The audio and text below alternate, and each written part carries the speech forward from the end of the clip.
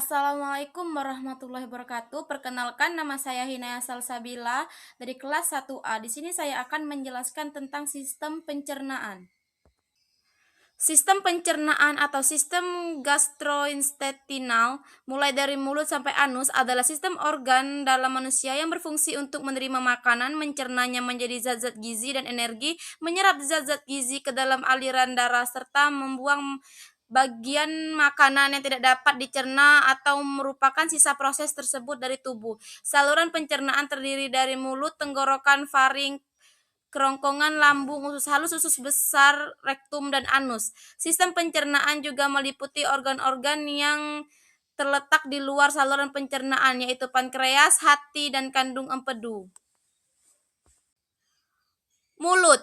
Mulut merupakan suatu rongga terbuka tempat masuknya makanan dan air. Mulut merupakan jalan masuk untuk sistem pencernaan. Bagian dalam dari mulut dilapisi oleh selaput lendir. Pengecapan dirasakan oleh organ perasa yang terdapat di permukaan lidah. Pengecapan relatif sederhana, terdiri dari manis, asam, asin, dan pahit. Makanan dipotong-potong oleh gigi depan dan dikunyah oleh gigi belakang menjadi bagian-bagian kecil yang lebih mudah dicerna. Ludah dari kelenjar ludah akan membungkus bagian-bagian dari makanan tersebut dengan enzim-enzim pencernaan dan mulai mencernanya.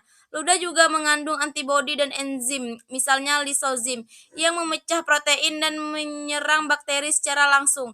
Kelenjar air liur mengandung enzim amilase yang berfungsi untuk mencerna polisakarida atau amilium menjadi disakarida. Tenggorokan atau faring merupakan penghubung antara rongga mulut dan kerongkongan. Di dalam lengkung faring terdapat tonsil atau amandel, yaitu kelenjar limfe yang banyak mengandung kelenjar limfosit dan merupakan pertahanan terhadap infeksi. Di sini terletak persimpangan antara jalan nafas dan jalan makanan. Letaknya di belakang rongga mulut dan rongga hidung di depan. Ruas tulang belakang ke atas bagian depan berhubungan dengan rongga hidung dengan perantaraan lubang bernama koana. Keadaan tekak berhubungan dengan rongga mulut dengan perantara lubang yang disebut isthmus faucium. Tekak terdiri dari 3 bagian, yaitu nasofaring, orofaring, laringofaring. Kerongkongan atau esofagus. Kerongkongan adalah tabung tub berotot pada vertebrata yang dilalui sewaktu makanan mengalir dari bagian mulut ke dalam lambung. Sering juga disebut dengan esofagus. Panjang kerongkongan kurang lebih 20 cm dan lebar kurang lebih 2 cm. Organ ini berfungsi untuk menghubungkan mulut dengan lambung. Makanan berjalan melalui kerongkongan dengan menggunakan proses peristaltik. Gerakan peristaltik kerongkongan meliputi gerakan melebar, menyempit, bergelombang, dan meremas-remas agar makanan terdorong ke lambung. Di kerongkongan, zat makanan tidak mengalami pencernaan. Esofagus bertemu dengan faring pada ruas ke-6 tulang belakang.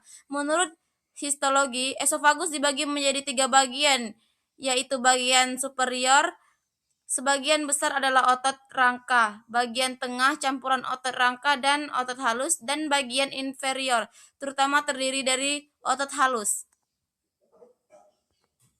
Nah, lambung. Lambung merupakan organ otot yang berongga yang besar dan berbentuk seperti kandang keledai. Lambung dibagi menjadi 3 daerah, yaitu sebagian berikut. Kardiak, yaitu bagian lambung yang paling pertama untuk tempat masuknya makanan dari kerongkongan atau esofagus. Fundus, bagian lambung tengah yang berfungsi sebagai penampung makanan serta proses pencernaan secara kimiawi dengan bantuan enzim. Yang terakhir yaitu pilorus, bagian lambung terakhir yang berfungsi sebagai jalan keluar makanan menuju usus halus. Makanan masuk ke dalam lambung dari kerongkongan melalui otot berbentuk cincin, sphincter, yang bisa membuka dan menutup dalam keadaan normal. Sphincter menghalangi masuknya kembali isi lambung ke dalam kerongkongan. Lambung berfungsi sebagai gudang makanan yang berkontraksi secara ritmik untuk mencampur makanan dengan enzim-enzim. Usus halus atau usus kecil adalah bagian dari saluran pencernaan yang terletak di antara lambung dan usus besar. Dinding usus kaya akan pembuluh darah yang mengangkut zat-zat yang diserap ke hati melalui vena porta. Dinding usus melepaskan lendir yang melumasi isi usus dan air yang membantu melarutkan pecahan-pecahan makanan yang dicerna. Dinding usus juga melepaskan sejumlah kecil enzim yang mencerna protein, gula, dan lemak. Usus halus terdiri dari 3 bagian, yaitu usus 12 jari, duodenum, usus kosong, jejunum, dan usus penyerapan, ileum.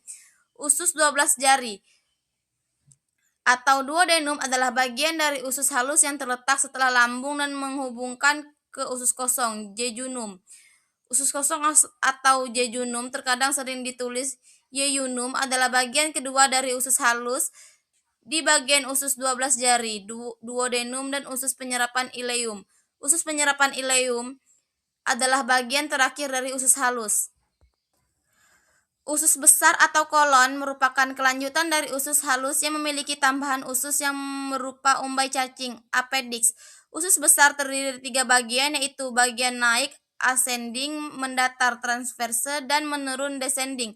Pada usus besar tidak terjadi pencernaan, semua sisa makanan akan dibusukkan dengan bantuan bakteri E.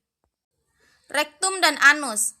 Rektum bahasa Latin regere meluruskan mengatur adalah sebuah ruang yang berawal dari ujung usus besar setelah kolon sigmoid dan berakhir di anus. Organ ini berfungsi sebagai tempat penyimpanan sementara feses.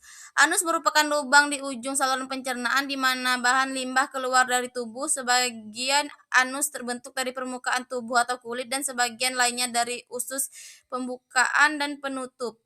Anus diatur oleh otot sphincter. Feses dibuang dari tubuh melalui proses defekasi (BAB) yang merupakan fungsi utama anus. Sistem pencernaan juga meliputi organ-organ yang terletak di luar saluran pencernaan, seperti yang pertama pankreas adalah organ pada sistem pencernaan yang memiliki 2 fungsi, yaitu menghasilkan enzim pencernaan serta beberapa hormon penting seperti insulin.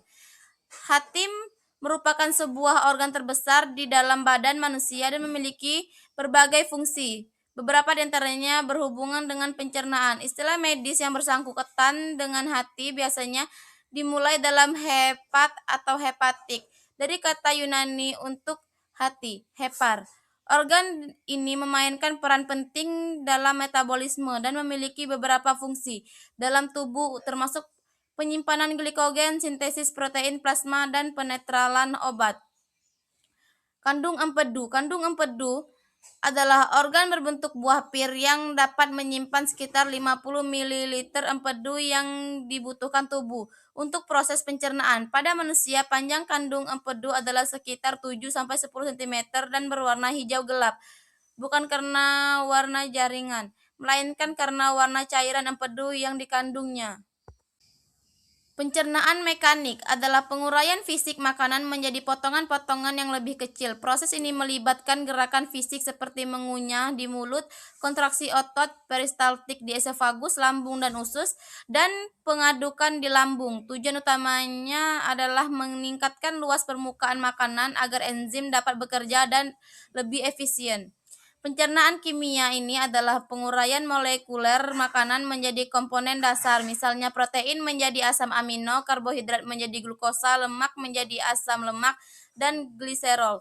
Proses ini sepenuhnya bergantung pada bantuan enzim-enzim pencernaan utama seperti amilase, pepsin, dan lipase.